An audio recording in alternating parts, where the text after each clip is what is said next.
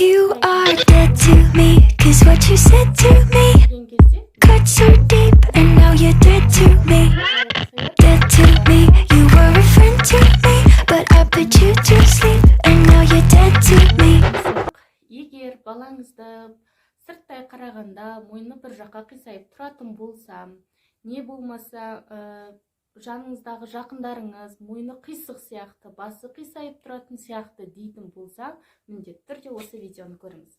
You are dead to me, 'cause what you said to me cut so deep, and now you're dead to me.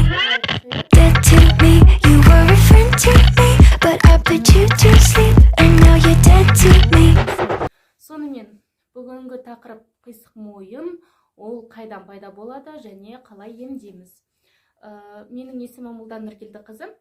Қазір массажист, детский массажист болып жұмыс жасаймын.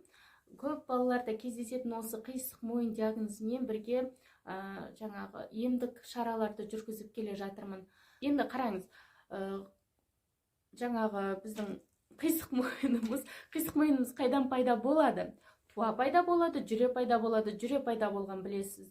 Бесікте оң жағымен жата береді, немесе оң жағымен емізе берем, немесе оң жағымен тек қана көтере берем деген секілді себептерден пайда болады. Туа пайда болған ішінде жатқан кезде қандай да бір себептермен мына бұлшығы нетіп қалуы мүмкін, тартылып. Не болмаса кесарево сечение или болмаса туу барысында дұрыс жаңағы акушердің кінәсінен де болып жатады. Сол кезде дұрыс алмауының басына басы осылай қисайып шығатын кездер болады. Ондайларды міндетті түрде специалистке апарған дұрыс. Себебі олар жаңағы омыртқасы да зақымдалуы мүмкін, оны снимогы түсіреді, МРТ-ға да түсіріп жатады кейде. Оның бәрін тек специалист емдейді. Бірақ ата-аналардың бірден бір қателесетін нәрсесі бұл қисық мойынды склонность, яғни бейімділікпен шатастырып алуы. Мысалы, баласы оң жақпен қарай көп емізетін болғандықтан, сол емізуге бала бейімделіп қалады да, оң жаққа қарай бұлшық еті тырыса бастайды деген секілді. Яғни мына жақтағы бұлшық ет тырысып қалады да, соған қарай ыңғайланып тұрады. Бұл әлі қисық мойынға барған жоқ. Қисық мойынға баратын баланың басын қараңыз. Мына жерде бізде бұлшық ет тұр. Мына ключицаға, мына біреу бұлшық ет былай барып тұр ғой. Сол тартылады. Ол былай тартылады мысалы. Осылай тартылғанда баланың басы былай қисаяды, мына жоғары қарайды, басы қарайды. Балаңыздың басы былай тұратын болса, бұл қисық мойын. Егер жай ғана былай, болмаса былай қисайып тұратын болса, ол тек қана бейімділік деп айтуға болады. Сондықтан қатты қорықпаңыздар. Басында бірден байқаған кезде массаж жасатыңыздар, не болмаса өздеріңіз массаж жасаңыздар. Ең бірінші, егер енді мен қыздарымның жаңа қоршағына көрсететін боламын, баланың басы былай қарайтын болса, оңға қарап қалатын болса, сіз көтерген кезде, міне, оңға оңсызда қарап тұр ғой. Сондықтан сол жағыңызға аласыз, бала жан-жақты қарау үшін басын былай бұрады. Осылай көтеруіңіз керек болады. Екінші, баланы ұстаған кезде былай ішімен осылай ұстауға тырысыңыз. Мына жақтағы бұлшық еттерін нығайтып, екінші жаққа басын көтеріп, мына жақтың сәл ұстасаңыз, оң жаққа қисайған, міне басы қисайған басы сәл жоғары көтеріп жатуға тырысады бала. Осылай көтеріңіз. Сосын жаңағындай айтқандай қолын созып, былай қаратуға тырысасыз. Сосын емізгенде, егер оң жаққа қарай склонный болатын болса, сол жақпен көбірек емізесіз. Мысалы, 2 рет сол жаққа емізсеңіз, бір рет оң жаққа емізесіз деген секілді.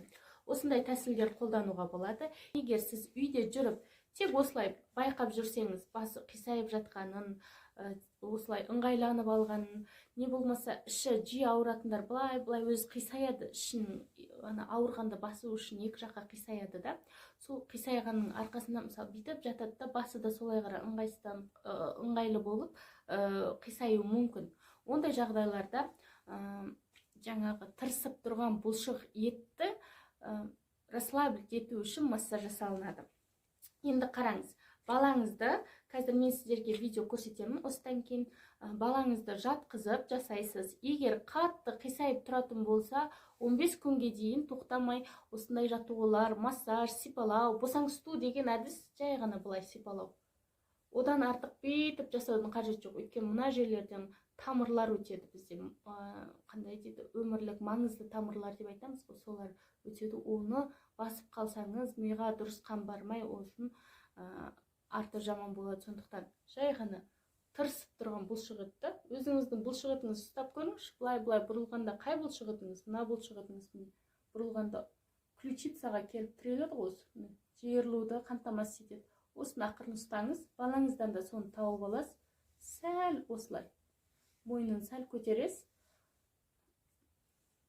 Расслабить ету керек. Осылай жаймен қыздырып аласыз. Бірінші денесін, басын сразу бүйтіп көтерсең, ол баланың ауырып қалады, тырысып тұрған несі. Екінші жасатпай қояды.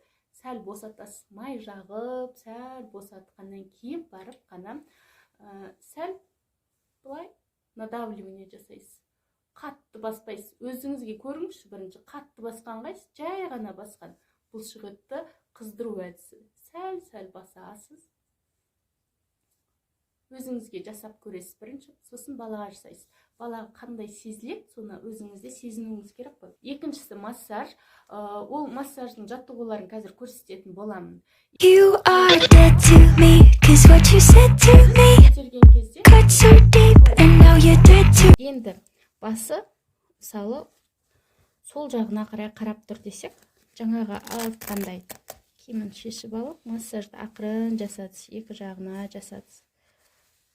Сәл қыздырып алдыңыз, иығына қарай жасадыңыз.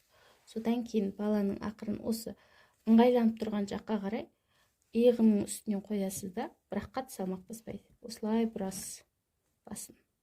10-ға дейін санайсыз. 1, 2, 3, 4, 5, 6, 7, 8, 9, 10.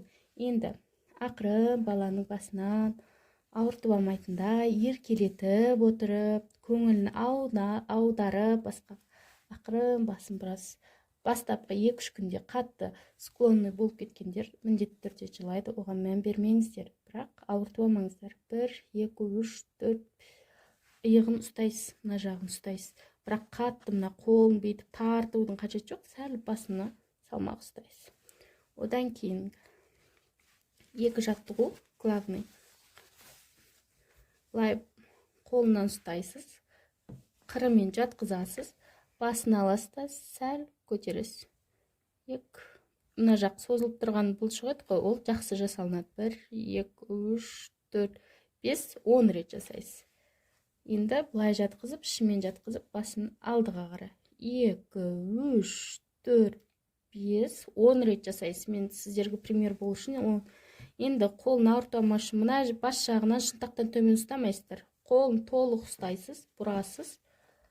Бұл жақ білесіздер, склонный болып тұрған ауыратын жағы болғандықтан сәл ауырсынады. Сондықтан ақырын бастайсыз. Бірден жоғары көтер қамайсыз. 1, 2, 3, 4, 5, 7, 8, 9, 10. Енді баланы ішпен жатқызасыз да, арт жағында да мойын бұлшықеттер бар ғой. Иығына қарай. Сосын баланың мойнын ешқашан созбайсыздар. Мойын созуға болмайды. Тек қана осылай ішпен жатқызғанда басын көтер, басынан былай. Мойын тамағынан сипалайсыздар. Былай сипалап. Мына жерде омыртқа өтеді ғой. Омыртқаны тура үстін баспайсыздар. Екі жанын массаж жасап. Екі жанын сипалап, қайтадан массаж жасап. Осылай жасау арқылы үйде емдеуге болады.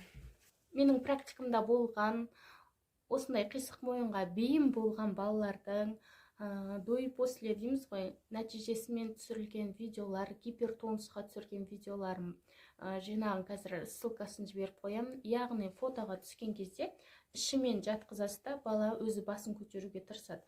Ішімен жатқызғанда бала басын көтеруге тырысады. Қай жағы жаңағы тартып тұр, сол жаққа қарай тартылады. Яғни ссылкаға түсіңіздер, до и после фотода қалай болып көрінетін бірден байқайсыздар. Өздеріңізде сондай балаңызды ішпен жатқызып фотоға түсіріңіздер, может мойны сәл қисайып бара жатқан шығар. Осындай жаттығулар жасау арқылы міндетті түрде кетіреді. Мен енді бұны басқа массаж түрлерін, басқа жаттығу жасаймын деп айтпаймын. Тек осы 3 жаттығуды жасаймын. Соның арқасында 10 күн, 15 күн міндетті түрде қалдырмай күнделікті жасаған кезде міндетті түрде результат шығатын болады. Балаларыңыз ауырмасын, өздеріңіз ауырмасын, барлығымыз ауырмайық. Менің басқа да тағы видеоларымды көрсеңіздер болады. Кімде қандай проблема бар, шетінен видео түсіруге тырысып жатырмын. Бұйырса каналыма қолдау көрсетсеңіздер, нақты қандай тағы да диагноздар болады, сұрақтарыңыз болса комментарийға жаза кетіңіздер. Подписация етіліп каналым дамуына үлес қоссаңыздар. Сау болыңыздар. You are dead to me, 'cause what you said to me